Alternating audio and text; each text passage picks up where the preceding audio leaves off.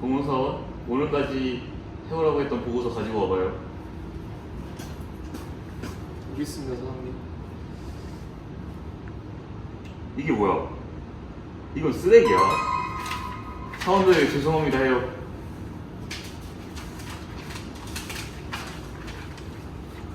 죄송합니다.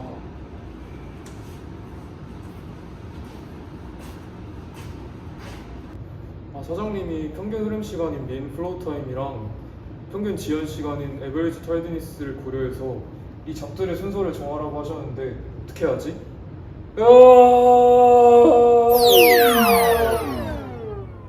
내가 제안한 방법은 MDD 방법인데, 우리 수업 시간에 들었던 EDD 룰은 납기일만 기준으로 납기일이 빠른 것만 정렬해서 작업 순서를 정하잖아. 근데 그렇게 됐을 때 늘어나는 처리 시간을 고려할 수 없어. 그래서 내가 제안한 방법은 처리 시간이랑 납기일을 모두 고려하는 방법이야. 그래서 식은 두 개의 값을 비교해서 더 큰 값을 기준으로 작업 순서를 배치해 보려고 해. 이제 한번 계산을 해볼게. 이제 계산을 시작해보자. 먼저 우리가 비교해야 되는 처리 시간이랑 납기일을 내가 쭉 적어봤어. 적어봤을 때 T는 현재 처리하는 작업이 없으니까 0으로 두고 계산을 시작해봤거든. 그랬을 때 더 큰 값을 적어놓고 가장 작은 값인 동버스부터 시작을 해야겠다고 알 수 있지. 1단계에서 아까 구한 것처럼 동버스를 처리를 했어. 그래서 6일을 사용을 했거든. 그래서 우리 다음에는 어떤 작업을 할지 고민을 해볼 때 T는 6으로 두고 계산을 시작해봐야 돼. 이렇게 그 처리 시간이랑 납기를 비교해서 더 큰 값을 먼저 적어봤거든. 이렇게 했을 때 동라는이랑 동보르긴이랑 값이 똑같네? 이랬을 때 어떻게 해야 되냐면 아무거나 해도 상관없어. 그래서 평소에 동원이가 더 좋아했던 동보르긴을 먼저 처리하자. 그 다음에 계산은 또 똑같은 방식으로 진행을 하면 돼. 그렇게 해서 최종적으로 잡 6, 2, 1, 3, 4, 5를 순서대로 작업을 진행하면 되고, 그 다음에 민 플로우 타임은 각 작업의 처리 시간을 더해서 평균을 총 해보니 한 24일 정도 소요가 돼.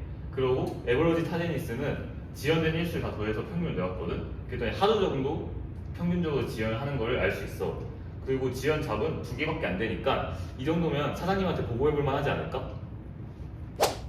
내가 만든 방법은 하이브리드 프라이어리티 룰이야.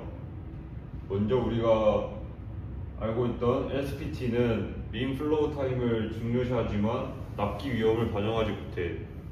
그리고 EDD는 납기를 잘 반영하지만 작업 시간을 반영하지 못해. 그래서 내가 만든 HPR 룰은 처리 시간과 납기 여유 시간을 모두 고려하도록 장점을 합치해서 만든 룰이야. 이 식을 보면 P분의 1은 처리 시간을 고려하도록 만들었고, 여기는 납기 여유 시간을 고려하도록 만들었어. 먼저 1단계 작업을 정해 볼 건데, T는 0으로 두고 할게. 그럴 때 각각의 처리 시간 P와 납기일 T를 HPR 내 공식에 넣어보면 이 두 개가 동점이야.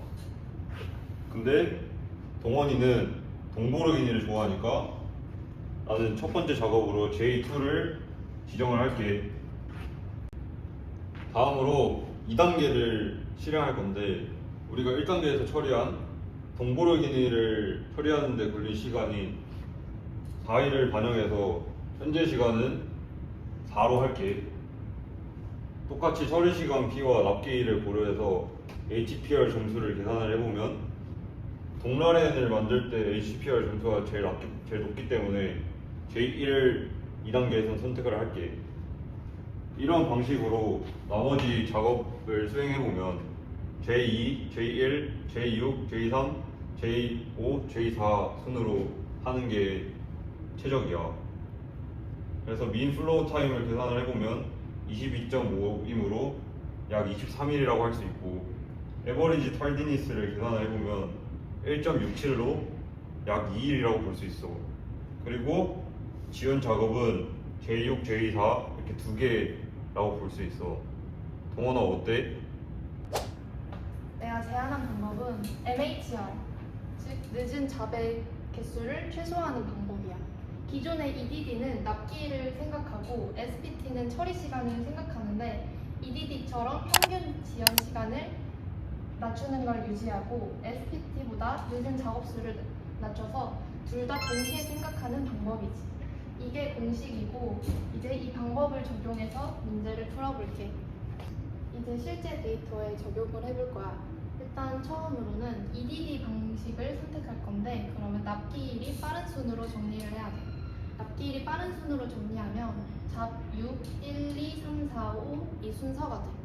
그 다음에 J6을 볼 건데 먼저 완료 시간이란 걸 정의해야 돼. 완료 시간은 C라고 정의를 했고 그러면 잡 6은 완료 시간이 6이고 납기일이 9일이기 때문에 만족을 해. 그 다음에 잡 6, 1 그대로 선택을 하면 완료 시간은 6에다가 이 원의 처리 시간인 4를 더해서 총 10이 돼. 근데 이 J1의 납기일인 12보다 작기 때문에 이것도 만족을 하는 거지. 그 다음에 스텝 3를 볼 건데 그러면 이 순서대로 J2를 또 여기다가 넣을 건데 그렇다면 완료 시간은 14가 돼. 그런데 J2의 납기일은 12가 돼서 납기일이 완료 시간보다 작기 때문에 여기서 문제가 발생하게 돼. 그렇기 때문에 이 세 가지 중에 처리 시간이 가장 긴 J6을 마지막 순서로 보내는 게 이 방식의 핵심 포인트예요. 그 다음에 이런 식으로 선택을 하게 되면 여기만 문제가 생기고 쭉 여기까지는 완료 시간이 납기일보다 크게 돼서 이 순서가 확정을 하게 돼요.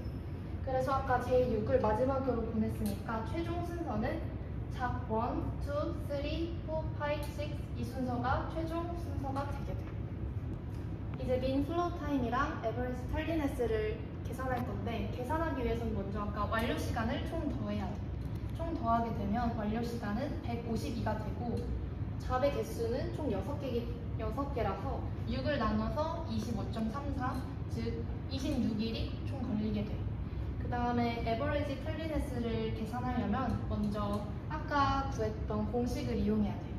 공식을 이용할 건데 나머지는 다 완료 시간보다 납기일이 더 작기 때문에 다 패스가 되고 잡 6만 이 맥스 이 공식을 이용하면 아까 완료 시간에서 납기일을 뺀 48에서 9를 빼서 39가 돼요. 그래서 총 지연 시간의 총 합은 0 플러스 39라서 39가 되고 또 마찬가지로 6을 나누게 되면 6.5가 돼서 7일이 정도 걸리게 돼. 그래서 잡 6만 지연이 되기 때문에 지연의 총 잡수는 1개가 되는 거지. 그 다음에 결과적으로 이 방법은 이 잡 6만 희생시키고 나머지는 모두 납기 안에 끝내는 전략이야. 그래서 여기서 중요한 점은 잡 6의 납기가 가장 빠르다고 해서 무조건 앞에 두는 것이 아니라 EDD 방법을 선택했지만 잡 6을 마지막으로 둔 다음에 더 효율적으로 할 수 있는 방법이지. 그렇기 때문에 총 정리를 해보자면 납기 빠른 순서로 작업을 넣다가 일정이 늦어지면 오래 걸리는 작업을 뒤로 보내서 지연 잡의 수를 최소화하는 방법이야.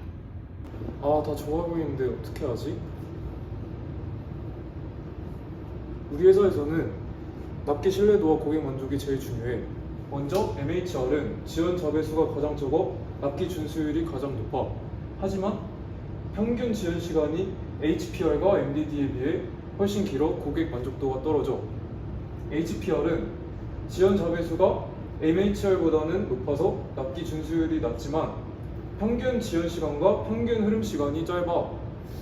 MDD는 MHR보다 지연 잡의 수가 짧아서 납기 준수율이 낮지만 평균 지연 시간이 가장 짧아서 우리 회사에는 MDD가 가장 좋을 것 같아.